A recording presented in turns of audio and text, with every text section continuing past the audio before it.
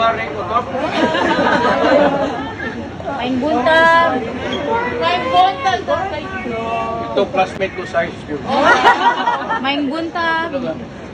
Pwede mag-voice po. From Kabadbaran City. Uy! Hello po. Bayan. Kabadbaran. Taga-Kapis ko, sir. Taga-Kapis. Ibuha ko elementary school. Arrival. Arrival?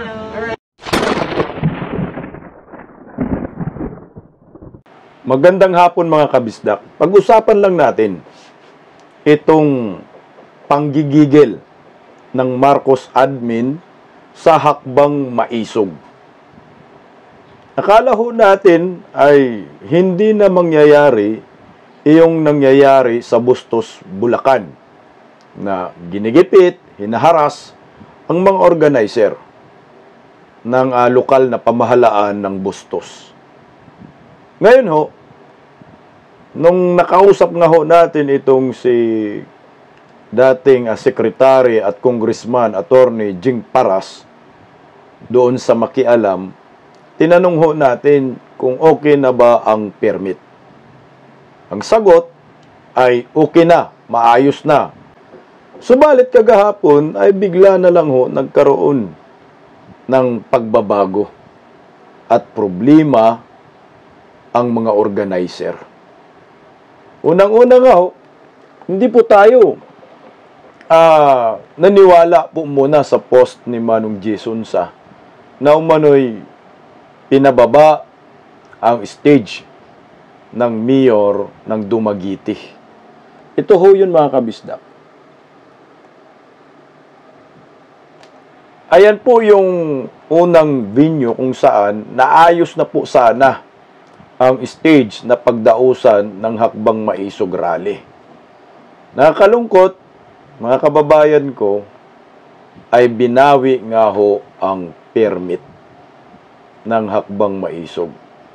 Binawi ng lokal na pamahalaan ng mayor ng Dumaguete.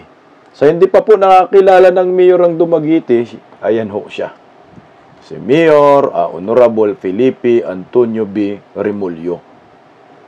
At base po sa ating mga nakakalap na impormasyon, itong mayor na ito, yung anak niya, merong koneksyon kay Tambaloslos. Dito pa lang, alam na ho natin kung ano ang kahinatnan ng hakbang maisog rally. At naglabas ng statement ang mga organizer sa hakbang maisog diyan sa Dumaguete. Narito po ang kanilang statement at pahayag mga kabisdak. Pakinggan po natin. Maalab na pagbati sa lahat. Maisog naming pinapaalam sa lahat na ang binigay na permit para sa prayer for peace rally sa Dumaguete City ay binawi at kinansilan ng LGO na naturang lungsod. Ang pangunahing dahilan ay kulang di umano ang kanilang kapulisan para masiguro ang safety at kaayusan sa naturang pagtipon-tipon sa na kung saan dadaluhan ng ating pinakamamahal at pinakamimiss nating presidente ng bansa, PRRD, Presidente Rodrigo Roa Duterte. Malinaw na isa na namang itong pakana para pigilan ang prayer for peace rally kahit paman sa malaking pagdialogo, pakikiusap ng mga organizers kay City Mayor Remulyo kasabang kanyang City Administrator na si Miss Lailani Ramon noong May 4, 2024 ng hapon. Matigas na giniit ng alkalde na ikinansila ang nabigay na permit, dagdag pa dito. Nag-advise pa nga na maaring i-reapply ulit ang naturang permit na kung saan wala namang sapat na kasiguruhan at mabilisang rason kung kailan ito matatapos ang pag-apply ulit ng permit para sa prayer for peace rally. Ng ating karapatang pantao sa malayang pamamayag at pagtipon-tipon.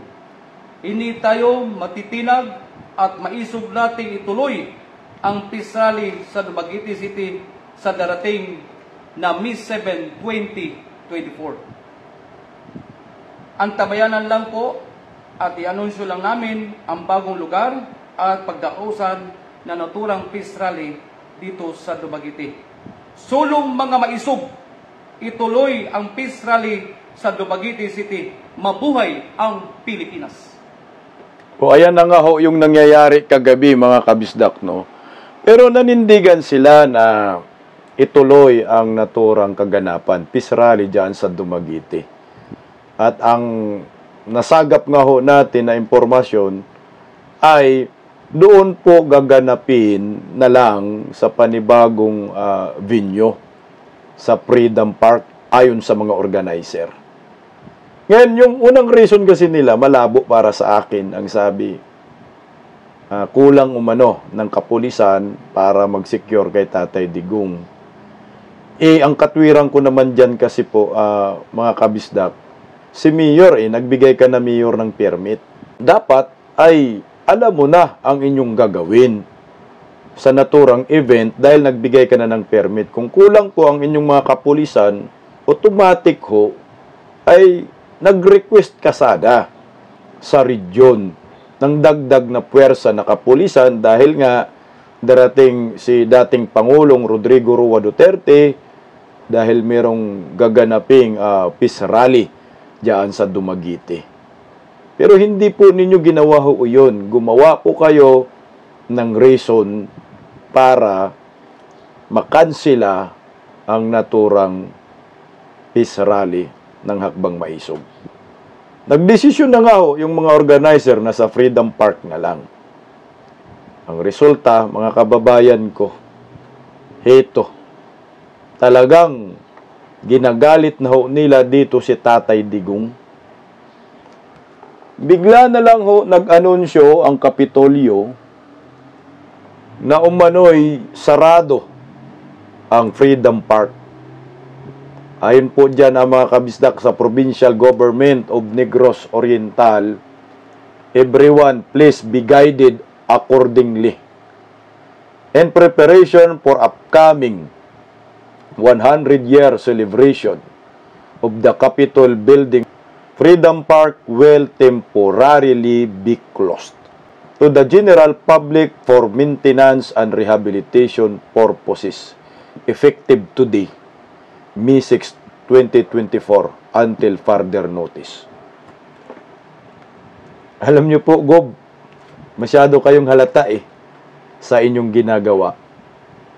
Dahil kung kailan ho, bukas na ang Hakbang Maisog Rally, nauna na nga ho kinansila ang permit na imumove na nga ho ng mga organizer dyan sa Freedom Park. Saka pa kayo nakaisip na dapat isarado pansamantala dahil meron kayong gagawing rehabilitation. Grabe, Gob, no? Ang galing nyo mag-isip. Isa kayong matalinghaga. Hindi ba ho po pwede na pagbigyan muna itong Hakbang Maisog Rally bago ho kayo mag-rehab? Isang gabi lang ho yan Kung wala po kayong masamang intensyon sa Hakbang Maisog Rally, papalampasin ninyo ito kahit isang gabi lang.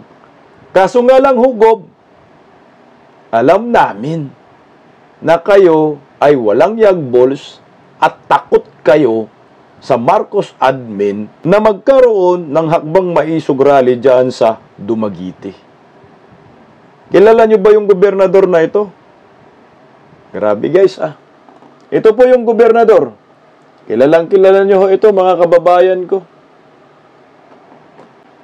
Si Gobernador Manuel Chaco Sagarbarria. Ayan po yung gobernador. Ito ba yung pumalit kay Digamo? Hindi ko alam, mga kabisda, kung ito, hawak ho talaga ni Da Junior ang lugar na yan. Ngayon ho, kamusta ho tayong mga Pilipino kung patuloy kinikitil ang karapatang pangtao ng bawat isa sa atin?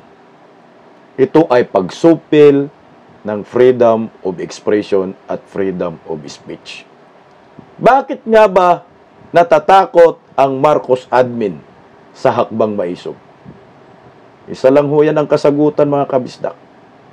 Takot sila malaman ng sambayan ng Pilipino kung gaano po sila katarantado sa mamamayang Pilipino. Takot ho sila malaman ng lipunan kung paano nila winaldas ang kaba ng bayan. Yan lang ho ang nakikita ko dito, mga kabistak.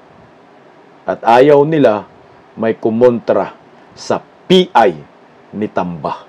Sa nakikita ninyo, mga kabisdak, sa nalarawan ay Freedom Park po ito. Meron pong nakaharang na truck mismo dyan sa stage. Matindi ho.